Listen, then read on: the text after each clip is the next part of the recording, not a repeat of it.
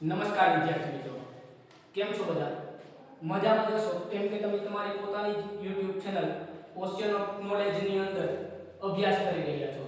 અને આજે આપણે એવા વિષય ઉપર ચર્ચા કરવાની છે જે કાલે વિજ્ઞાન વિષયની અંદર જે પેપર છે ગુજરાત બોર્ડનું એની વિશે ચર્ચા કરવાની છે. અને એમાં એવા પ્રશ્નો કે જો આ પ્રશ્ન તમે જોઈને જશો તો ક્યાંક ને ક્યાંક તમને ફાયદો થવાનો છે, 100% ફાયદો થશે.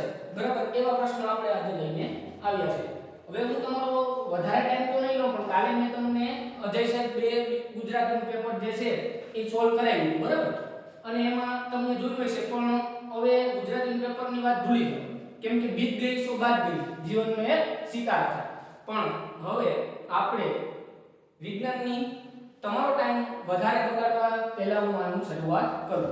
और પહેલું એવું ચેપ્ટર છે આપણું રાસાયણિક પ્રક્રિયા અને સમીકરણ, બરાબર? આની અંદર હું તમને આઈએમપી પ્રશ્ન જે છે એ આપું, એ એક વખત તમારે હવે આખું વર્ષ જે તૈયારી કરી છે એનું ખાલી આની અંદર રિવિઝન કરવાનું છે, નજર ફેરવવાની છે. બાકી જો ખાધેનો ધરાણો તો છાયકે ધરાવવાનો નથી, બરાબર ને? તો હવે પહેલો પ્રશ્ન છે આપણો કે ઉષ્મા શોષક અને ઉષ્માક્ષેપક પ્રક્રિયા એટલે શું? જો હું જરાક સાઈડમાં જાઉં તો તમે સ્ક્રીનશોટ પણ લઈ શકો છો.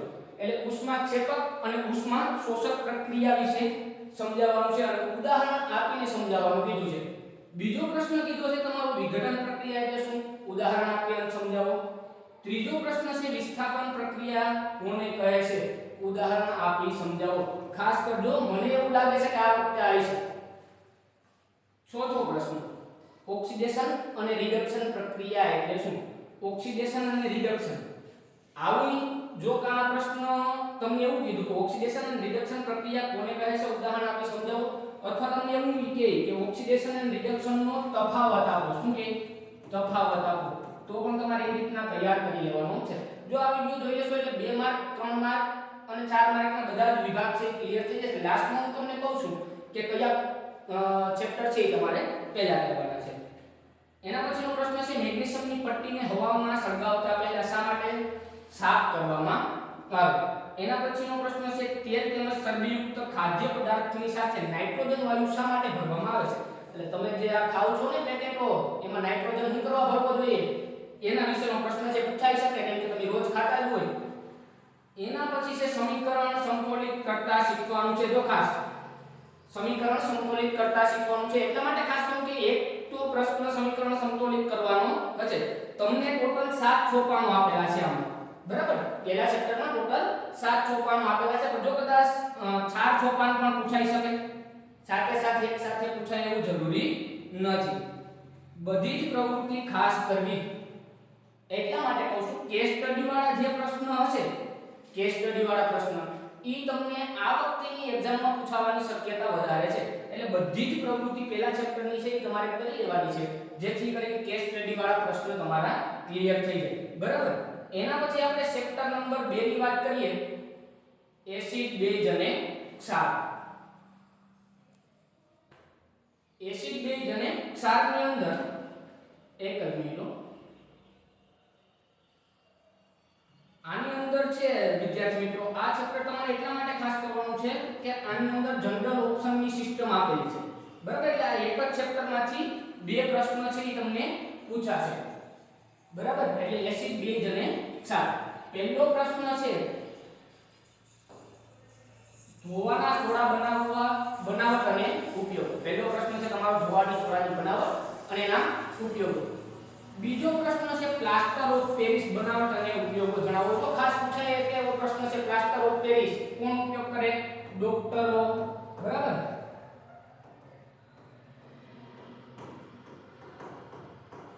ડોક્ટરો ઉપયોગ કરે પ્લાસ્ટર ઓફ પેરિસ, બરાબર?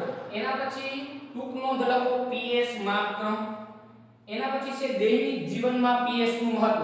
આ પ્રશ્ન પૂછાય એવો છે વિદ્યાર્થી મિત્રો.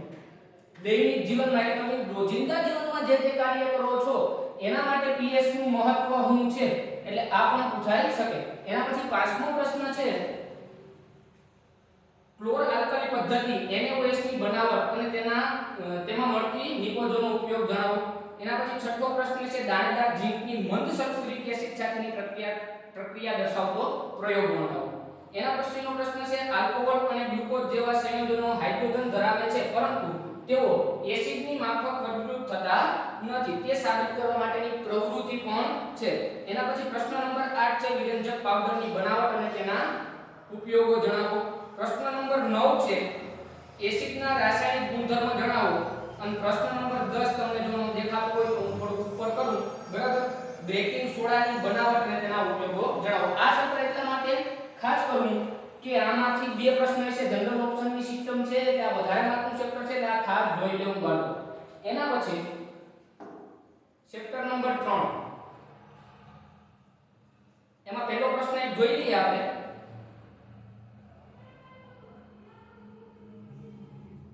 ચેપ્ટર નંબર 3 ધાતુ અને અધાતુનો એક પ્રશ્ન જોઈ લઈએ બાકીના બીજા પેજમાં જોઈએ ધાતુ અને અધાતુના સામાન્ય ભૌતિક ગુણધર્મોના આધારે તફાવત આપવાનો છે બરાબર એટલે આ પ્રશ્ન ખાસ જોઈ લેવો તફાવતમાં પૂછાવાની શક્યતા ખરી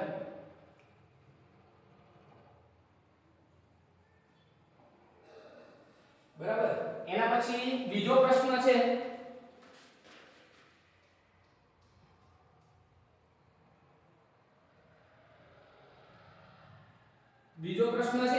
આપણો કારણ આપો એસિડ કારણ આપો સોડિયમ પોટેશિયમ અને લિથિયમનો તેલમાં સંગ્રહ કરવામાં આવે બરાબર તેલ સિવાય કેમ સંગ્રહ કરી નથી શકતા એવો પ્રશ્ન છે પ્રશ્ન નંબર 3 છે કારણ આપો પ્લેટિનિયમ સોનું અને ચાંદી આભૂષણો બનાવવા માટે વપરાય છે આયનની સંયોજનોના ગુણધર્મો સમજાવો એના પછીનો પ્રશ્ન છે ભુંજન અને કેલ્સિનેશન બરાબર આના પછીનો પ્રશ્ન છે ભુંજન અને કેલ્સિનેશન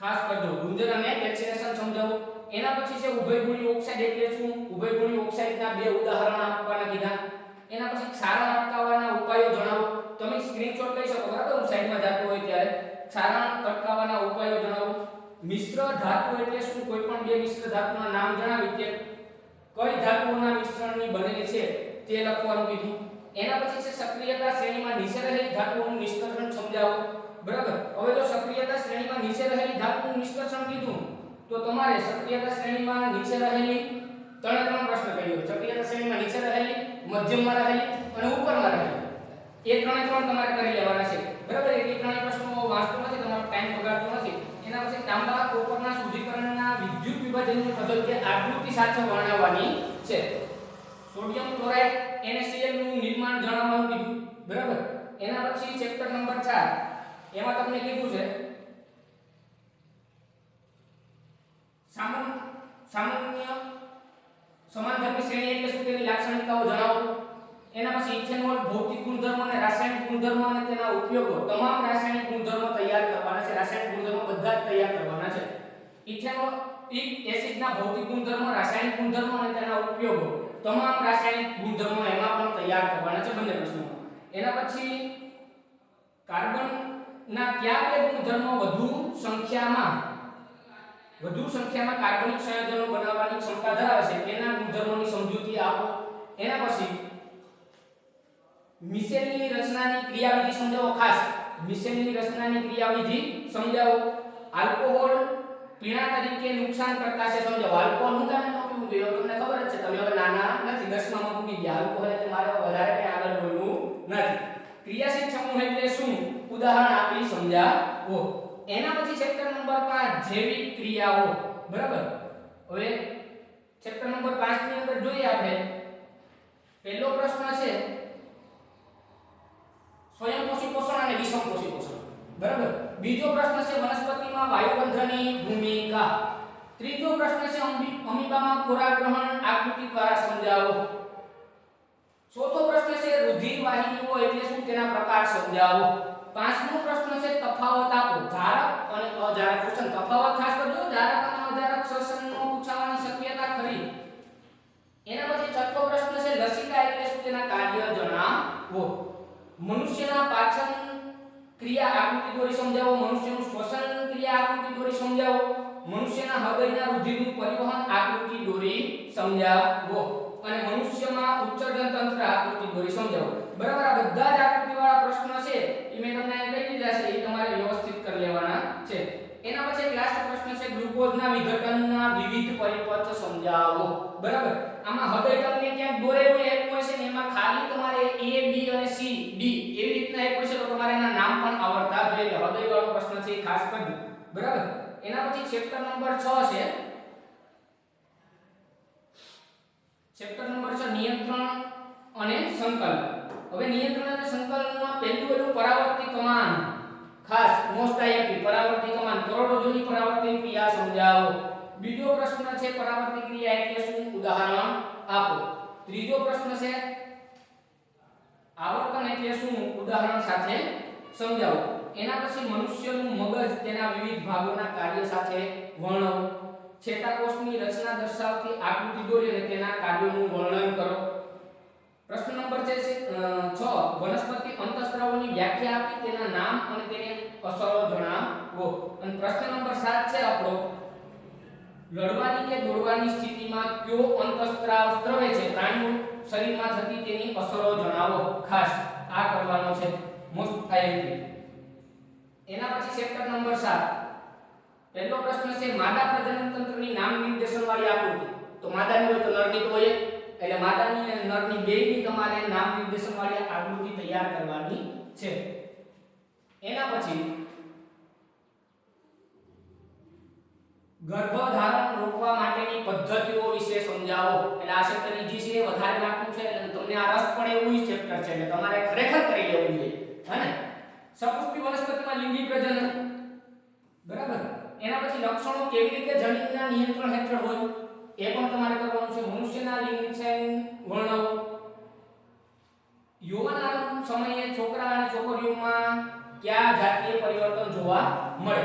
એના પછી ડીએનએ પ્રતિકૃતિનું પ્રજનનમાં શું મહત્વ. પાનકુટીના વનસ્પતિ પ્રજનન સમજાવો. અલિંગી પ્રજનન એટલે શું, તેના પ્રકારો જણાવો. દરેક પ્રકારની સંપૂર્ણ તૈયાર કરવાના છે. એના પછી નર પ્રજનન તંત્રની નામ નિર્દેશન વાળી આકૃતિ તૈયાર કરવાની છે. પહેલા મેં કીધું હતું કે માતા નહીં હોય તો નર નહીં હોય.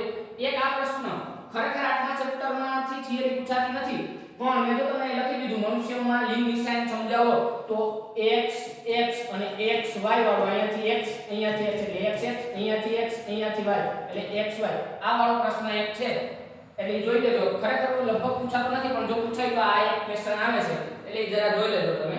એના પછી ચેપ્ટર નંબર 9 ની વાત કરીએ, પ્રકાશનું પરાવર્તન અને વક્રીભવન.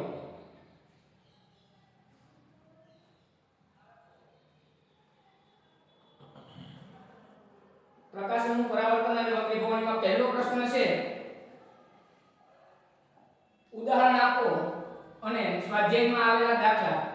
ઉદાહરણ અને સ્વાધ્યાયમાં આવેલા દાખલા. આમાં બે સૂત્ર આપેલા છે. 1/v + 1/v = 1/f, 1/v - 1/v = 1/f. એટલે કે અરીસાનું અને લેન્સનું સૂત્ર આપેલા છે. એના પ્રમાણેથી ઉદાહરણ અને સ્વાધ્યાયના દાખલા તમારે બધાય કરી લેવાના છે. 3 માર્કમાં આવશે, ઠીક છે. અંતર્ગોળ અરીસો, બહિર્ગોળ અરીસો, અંતર્ગોળ લેન્સ, બહિર્ગોળ લેન્સ અને દરેકની સંપૂર્ણ કિરણાકૃતિ તમારે તૈયાર કરવાની છે. પ્રકાશનું વક્રીભવન એટલે શું, પ્રકાશના વક્રીભવનના નિયમો લખો. બરાબર, આ એક ખાસ કરજો. આ કિરણાકૃતિમાંથી કોઈ પણ એક કિરણાકૃતિ હશે. પ્રકાશનું વક્રીભવન એટલે શું અને પ્રકાશના વક્રીભવનના નિયમો. ઈઝી પ્રશ્ન છે. લેન્સના પાવર વિશે ટૂંકમાં જ લખો. આપણા ચેપ્ટરનો લાસ્ટ પ્રશ્ન એ પણ ખરેખર ઈઝી છે, તૈયાર કરી લેજો. પ્રકાશનું પરાવર્તન એટલે શું, પ્રકાશના પરાવર્તનના નિયમો લખો. બરાબર, પ્રકાશના પરાવર્તનના નિયમો લખવાના છે. અંતર્ગોળ અરીસો અને બહિર્ગોળ અરીસાના ઉપયોગો જણાવો. અને કાચના લંઘન ચોસલામાંથી પ્રકાશના વક્રીભવનની ઘટના આકૃતિ દોરી સમજાવો. બરાબર, કાચના લંઘન ચોસલામાંથી પ્રકાશ છે એ કઈ રીતના પરાવર્તન પામે. ઉપર માધ્યમ ઘટ, નીચે માધ્યમ પાતળું, આવો પ્રશ્ન છે. એના પછી ચેપ્ટર નંબર 10 માનવ આંખ અને રંગબેરંગી દુનિયા. હવે આંખની અંદર હું તમને કહી દઉં કે આંખનો પ્રશ્ન તો તમારે ફિક્સ જ કરવાનો છે કોઈ પણ સંજોગોમાં. આંખની સમાન ક્ષમતા એટલે શું, આંખની નજીક બિંદુ અને દૂર બિંદુ એટલે શું. બીજો પ્રશ્ન લઘુ દ્રષ્ટિની ખામી થવાના કારણો જણાવો, તેના કેવી રીતે નિવારી શકાય તે આકૃતિ દોરી જણાવો. ત્રીજો પ્રશ્ન પ્રકાશનું વિભાજન એટલે શું, પ્રિઝમ વડે પ્રકાશના વિભાજનની ઘટના આકૃતિ સાથે સમજાવવાની કીધી. બરાબર, એના પછી પ્રશ્ન નંબર 4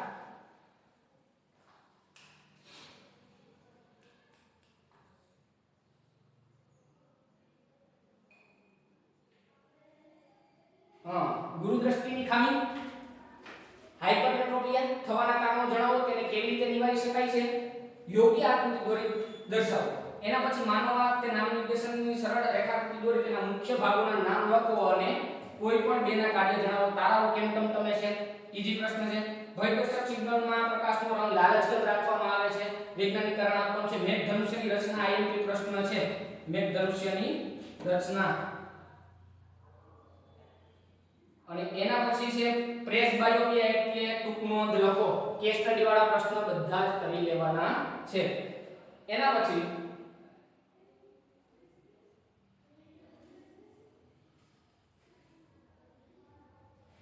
ચેપ્ટર નંબર 11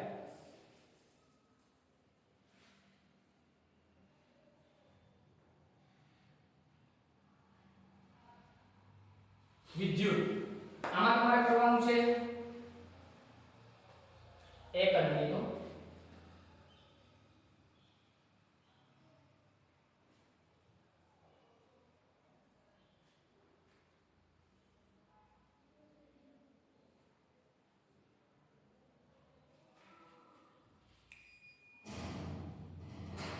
હા, વિદ્યુત. બરાબર. એની અંદર પહેલો પ્રશ્ન છે વિદ્યુત પ્રવાહ એટલે શું? સૂત્ર અને એકમો જણાવો. બધા જ કરવાના છે. ટૂંક નોંધ લખો. ફ્યુઝ. બરાબર. જૂલનો તાપીય નિયમ સમજાવો. વિદ્યુત સ્થિતિમાનનો તફાવત પર નોંધ લખો. અવરોધના સમાંતર જોડાણ તેમજ સમતુલ્ય અવરોધનું સૂત્ર. એવી રીતના અવરોધના શ્રેણી જોડાણ માટે સમતુલ્ય અવરોધનું સૂત્ર. દ્રવ્યની વિદ્યુત અવરોધકતા એટલે શું? તેના એકમો જણાવો. તેની વ્યાખ્યા આપો. ઉદાહરણ અને સ્વાધ્યાયમાં આવેલા દાખલા આ ચેપ્ટરના પણ તમારે કરવાના થશે. પછી વિદ્યુત ઘટકોની સંજ્ઞા કોષ્ટક ખાસ તૈયાર કરવાનું છે. અવરોધકના શ્રેણી જોડાણના ફાયદા અને ગેરફાયદા અને અવરોધના સમાંતર જોડાણના ફાયદા અને ગેરફાયદા તમારે કરવાના છે. એના પછી ચેપ્ટર નંબર 12 એક પ્રશ્ન છે ચુંબકીય ક્ષેત્ર રેખાઓની લાક્ષણિકતા જણાવો. ખાસ આઈએમપી કરવાનો છે. બરાબર. એના પછી જોઈએ આપણે બીજો પ્રશ્ન છે બે ચુંબકીય ક્ષેત્ર રેખાઓ એકબીજાને કેમ છેદે છે? સોલેનોઇડ એટલે શું? આકૃતિ દોરી. વિદ્યુત પ્રવાહ આધારિત સોલેનોઇડનું ઉદ્ભવતા ચુંબકીય ક્ષેત્રની લાક્ષણિકતા જણાવો. પ્રશ્ન નંબર 4 ચુંબકીય ક્ષેત્રની ક્ષેત્ર રેખાઓ એટલે શું? ગજ્યા ચુંબકમાં આસપાસ ચુંબકીય ક્ષેત્ર દોરો અને ચુંબકીય ક્ષેત્ર રેખાઓ ગુણધર્મની યાદી બનાવો. એના પછી પ્રશ્ન નંબર 5 છે નીચેના પ્રશ્નનો ઉત્તર આપો. આવા પ્રશ્ન પૂછવાની શક્યતા વધારે. એ અને બી આપેલું હોય છે. બે માર્કના કદાચ આવા આવી શકે. બરાબર. કોઈ એક પ્રશ્ન અને 4 માર્કમાં એ અને બી કરીને બે પ્રશ્ન પણ પૂછી શકે. શોર્ટ સર્કિટ એટલે ઓવરલોડિંગ અને બીજું બી વિદ્યુતના વપરાશમાં રાખવામાં પડતી સાવચેતી. પ્રશ્ન નંબર 6 છે એમાં પણ બે પ્રશ્ન આપેલા છે. અર્થિંગ વાયરનું કાર્ય શું છે? ધાતુના સાધનોનું અર્થિંગ શા માટે કરવા જોઈએ? એના પછી ઘરેલું વિદ્યુત પરિપથમાં ઓવરલોડિંગ માટે જવાબદાર 3 પરિબળો સમજાવો. એના પછી લાસ્ટ ચેપ્ટર નંબર 13 આપણું પર્યાવરણ. એ તો તમને આવડતું જ હોય. બરાબર. આનો સ્ક્રીનશોટ લઈ લીધો હોય તો હું તમને ઝડપથી બોલી જાઉં. તફાવત આપો. જૈવિક વિઘટન કચરો અને જૈવ અવિઘટનીય કચરો. ઓઝોન કેવી રીતે નિર્માણ પામે છે? ઓઝોન સ્તરની અગત્યતા જણાવો. તમે કચરાના નિકાલની સમસ્યા ઓછી કરવા શું યોગદાન આપી શકો? કોઈ પણ બે પદ્ધતિઓના નામ આપો. નિવસન તંત્ર એટલે શું? તેના ઘટકો જણાવો. આહાર શૃંખલા વિશે સમજૂતી આપો. આહાર ઝાડની સમજૂતી આપો. ટૂંકમાં સમજાવો જૈવિક વિશાલન. અને લાસ્ટ પ્રશ્ન નકામા કચરાના પ્રકારો વર્ણવો. લાસ્ટ એક તમારો ખાલી જસ્ટ 1 મિનિટનો ટાઈમ લઈ અને તમને કહી દઉં છું તમારે આ તો ખાસ કરવાનું છે. જો વિભાગ બી માં ચેપ્ટર નંબર 1 3 5 7 7 10 11 12 13 13 5 અને 12 એટલે આ બધા ચેપ્ટરના આઈએમપી તો મેં આપી દીધા છે. પણ તમારે એમાં સૌથી પહેલા આ ચેપ્ટરો એટલા માટે કરવાના છે 13 માંથી જે 9 પ્રશ્નો પૂછાવાના છે એમાંથી આ 5મું 7મું 11મું 12મું 13મું આટલા ચેપ્ટરના બે પ્રશ્નો છે. એટલે વિભાગ બી તમે ખાલી આ એટલા જ ચેપ્ટર કરો તો પણ થઈ જશે. વિભાગ સી માં એટલા ચેપ્ટરો છે પણ એમાં 6 માંથી 9 જ લખવાના છે. એટલે ત્રીજું 7મું 9મું 3 જ ચેપ્ટર કરશો તો પણ થઈ જશે. વિભાગ બી માં એટલા ચેપ્ટરો છે પણ એમાં 8 માંથી 5 જ લખવાના હોવાથી 2 5 અને 13 આવી રીતના એટલા ચેપ્ટર પહેલા કરજો. બરાબર. આમાંથી પ્રશ્નો જે મેં તમને આપ્યા છે સૌથી પહેલા કરવાના છે. બરાબર. તમારો વધારે સમય નહીં લેતા આભાર અને આપણી ચેનલને સબસ્ક્રાઇબ કરો, લાઈક કરો.